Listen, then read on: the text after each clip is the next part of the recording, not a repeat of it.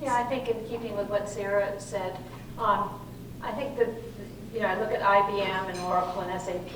Luckily, they're our competitors because they're so big that it's very hard for them to turn on a dime. And I think that, you go back to how was God able to create heaven and earth in 7 days and 7 nights? You didn't have an installed base. You didn't have an installed base. So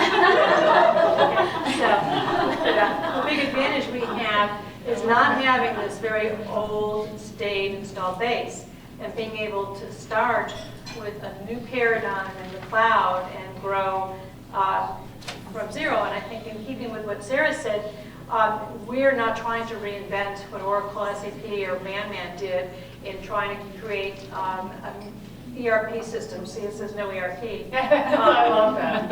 In a box. Because the way the world is today, I mean, you think of, Mark Zuckerberg in the social aspect and the consumer space, but actually enterprise companies are more social. Manufacturing companies especially are very social. I mean, you want to talk to your customer, you want to talk to your vendor. And time to value and speed and getting decisions out are so important.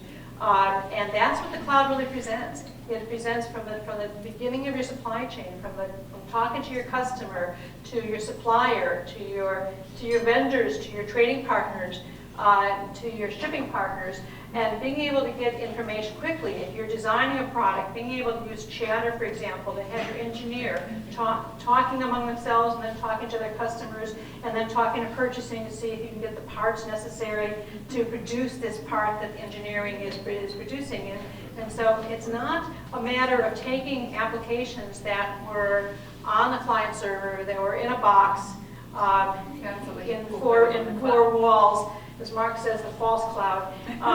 It's a matter of utilizing what the cloud allows you to do. And what that allows you to do is communicate quickly, and that's a very social function.